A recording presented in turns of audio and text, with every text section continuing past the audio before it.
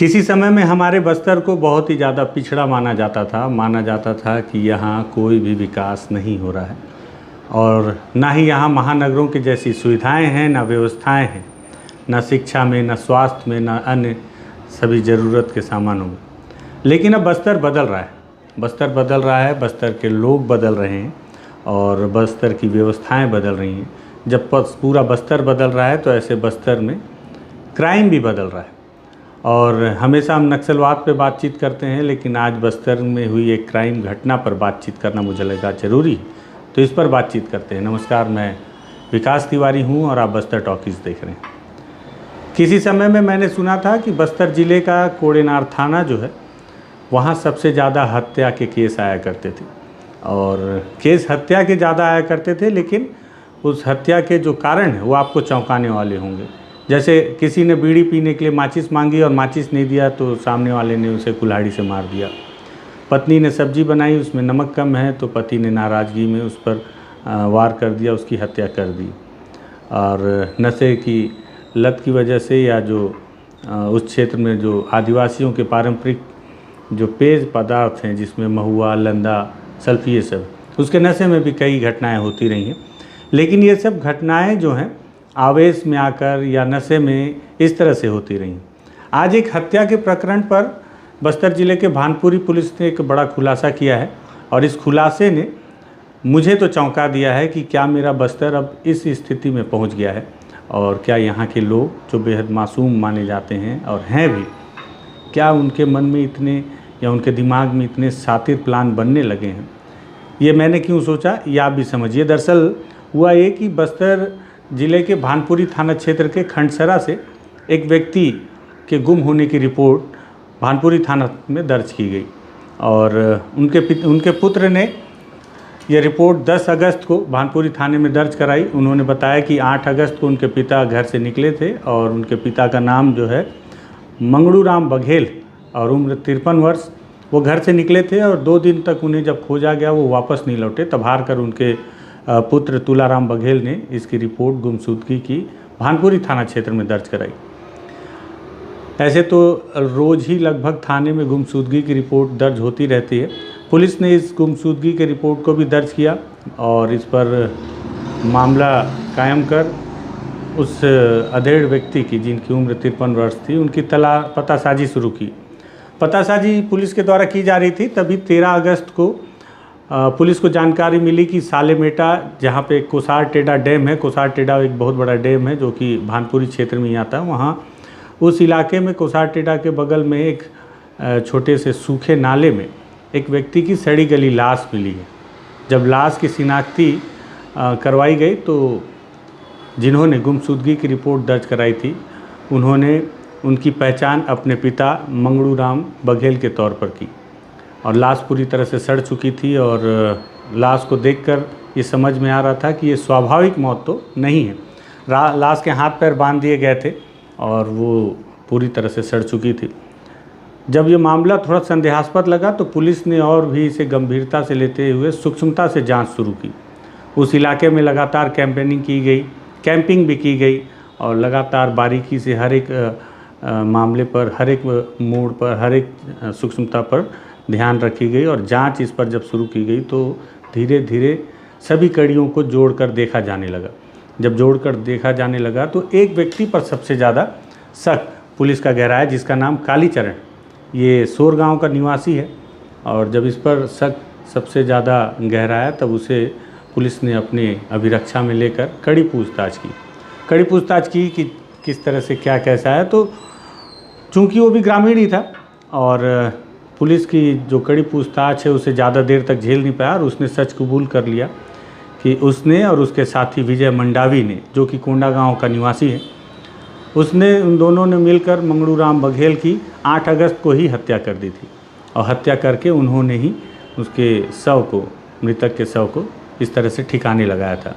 किस तरह से घटना को अंजाम दिया, इसको लेकर उन दोनों ने खुलासा किया पुलिस के समक्ष कि सबसे पहले उन्होंने रेकी की कि मंगड़ू राम बघेल कब घर से निकलते हैं, कब कहाँ जाते हैं। जब लगातार उनकी रेकी की गई तो उन्होंने देखा कि 8 अगस्त को भी मंगड़ू राम बघेल अपने घर से किसी काम से बाहर निकले हुए थे वो बाज़ार की ओर गए थे। उनके जाने की जानकारी मिलने पर इन दोनों ने पूरी साजिश के साथ, पूरी प्लानिंग के साथ उनके रास्ते में एक झाड़ी में छुपकर बैठ गए। जब मंगरू राम बघेल वापस लौट रहे थे तो सबसे पहले इन्होंने उसी सुनसान इलाके में झाड़ी के पास इन्हें रोका और लाठियों से 2 से 3 बार इनके सर पर प्रहार किया, मृतक के सर पर 2 से 3 बार। जैसे ही अचानक प्रहार हुआ तो मंगरू राम को बिल्कुल भी आभास नहीं था कि उनके ऊपर कोई इतनी बड़ी आपत्ति विपत्ति आने वाली है और वो संभल नहीं पाए, गिर गए। गिरने के बाद उन्हें इन दोनों आरोपियों ने विजय मंडावी और कालीचरण ने घसीटते हुए झाड़ियों के बीच लेकर चले गए। झाड़ियों के बीच ले जाकर उनके ऊपर 3 से 4 बार और प्रहार किया उसी डंडे से। मंगरू राम पूरी तरह से लहूलुहान हो गए थे और अचेत हो गए थे, लेकिन कालीचरण को लगा कि अभी इसकी मौत हुई नहीं है। तो उन्होंने क्या किया कि मंगरू राम के गले में अपने पैर से तब तक दबा कर रखा जब तक उनकी मौत हो नहीं गई। जब वो निश्चिंत हो गए कि अब मंगरू राम की मौत हो चुकी है तो उन्होंने उनके शरीर को मोटरसाइकिल में लाद कर कोसार टेढ़ा डैम की तरफ ले गए और हाथ पैर बांधकर उसी सूखे नाले में ठिकाने लगा दिया। वो निश्चिंत होकर घर लौट आए। उन्हें लगा कि किसी को इस हादसे की या इस घटना की कानो कान खबर होगी ही नहीं। इस तरह से उन्होंने घटना को अंजाम दिया।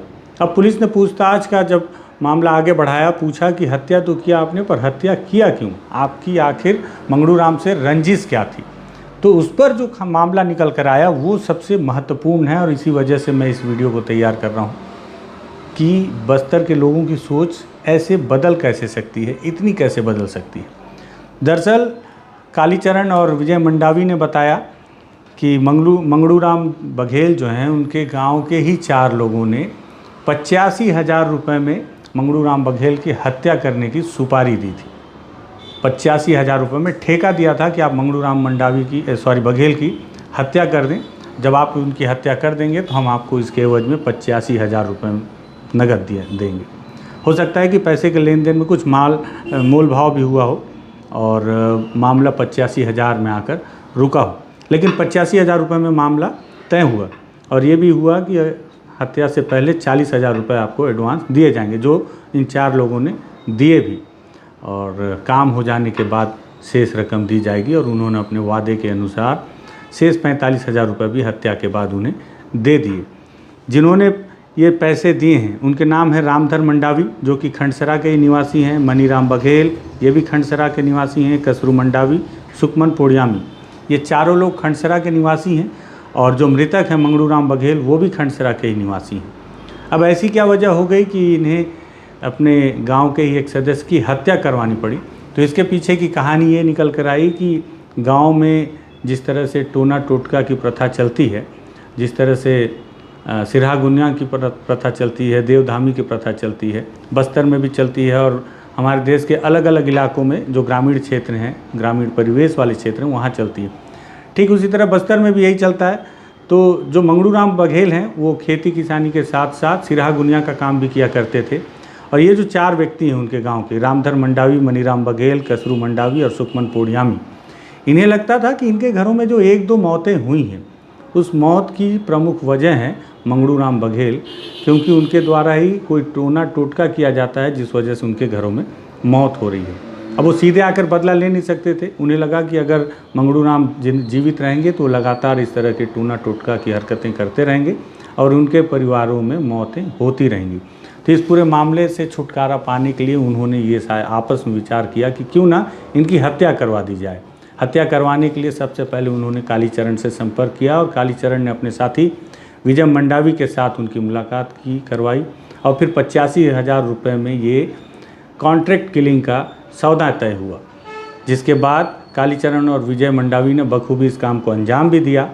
पुलिस के एक अधिकारी ने बताया कि कालीचरण, जिन्होंने पहली दफ़े अपने जीवन काल में इस तरह की किसी घटना को अंजाम दिया है, लेकिन उनके अंदर शातिरपन इतना था कि पुलिस को बहुत लंबा वक्त लगा उन्हें तोड़ने में और वो लगातार पुलिस को गुमराह करते रहे। जब इन्होंने अपने अपराध को कबूल किया तो पुलिस ने इनके पास से मोटरसाइकिल, मृतक के मोबाइल और खून लगे हुए उस डंडे को भी बरामद किया। 15,000 रुपये नगद बरामद किए। साथ ही साथ उन दोनों आरोपियों के कपड़ों पे जो खून लगा हुआ था उस कपड़े को भी बरामद किया, रस्सी और साथ ही साथ अन्य कुछ सामान भी इन्होंने बरामद किया। इसके साथ ही साथ इन्होंने वो फ़ोन रिकॉर्ड्स भी बरामद कर लिया है जिसमें आरोपियों के बीच में आपस में बातचीत हुई कि किस तरह से काम होना है, काम कहाँ तक पहुँचा। इन सारे जो सबूत हैं उसे भी पुलिस ने अपने पास रख लिया है। सभी आरोपियों के खिलाफ धारा 302, 201, 120B और छत्तीसगढ़ टोन्ही प्रताड़न निवारण अधिनियम 2005 की धारा 4 और 5 के तहत कार्रवाई करके इन्हें जेल भेज दिया गया है। बस्तर में यूँ तो हत्याएं रोज़ होती हैं और आवेश में आकर भी कई हत्याएं होती हैं। टोन्ही प्रथा और पिछड़ी मानसिकता की वजह से भी कई बार हत्याएं हो जाती हैं, कई घटनाएं होती हैं। लेकिन इस तरह से कॉन्ट्रैक्ट किलिंग या सुपारी किलिंग का ये मामला मुझे लगता है कि आदिवासियों के बीच पहली दफ़े होगा। इसके पहले नाराज़ हुआ कोई आदिवासी यूं ही नाराज़गी में अपने ही किसी साथी आसपास के लोगों के ऊपर हमला कर दिया और उसकी मौत हो गई। इसे भी हत्या से जोड़कर देखा जाता रहा है। लेकिन साजिश के साथ एक आदिवासी की हत्या करवाने के लिए 4 आदिवासियों ने प्लान किया और इस कॉन्ट्रैक्ट किलिंग का काम भी 2 आदिवासियों को दिया गया और इनके बीच में ये 85,000 रुपये में ये सौदा तय होना, ये महानगर की तर्ज पर हो रहा अपराध जो चिंताजनक है। क्या ये मेरा बस्तर इसी तरह से बदल रहा है? अगर ऐसा बदल रहा है तो वाकई में चिंताजनक है। हम चाहते हैं कि बस्तर बदले, लेकिन बस्तर ऐसे नहीं पिछड़ेपन से आगे निकले। बस्तर में शिक्षा हो, शिक्षा बढ़े, स्वास्थ्य बढ़े, व्यवस्थाएं और रोज़गार बढ़े, आदिवासी बढ़ें, उनका इलाका है और उन्हें यहाँ पे अधिकार मिले, यहाँ की सारी व्यवस्थाओं पर अधिकार मिले। लेकिन आदिवासियों के मन में ये विचार बढ़े तो ये बस्तर के लिए चिंताजनक। मुझे लगा कि इस घटना को बताते हुए अपनी इस विचारधारा को भी यहाँ रखना ज़रूरी है। अगर आपको भी लगे कि वाकई में ये घटना काफ़ी दुखद है और चिंताजनक है कि लोग कैसे बदल रहे हैं, बस्तर के भोले भाले लोगों के मन में ऐसी भावनाएं क्यों आ रही हैं, तो आप भी इस वीडियो को शेयर कीजिएगा, अपने विचार ज़रूर रखिएगा। धन्यवाद।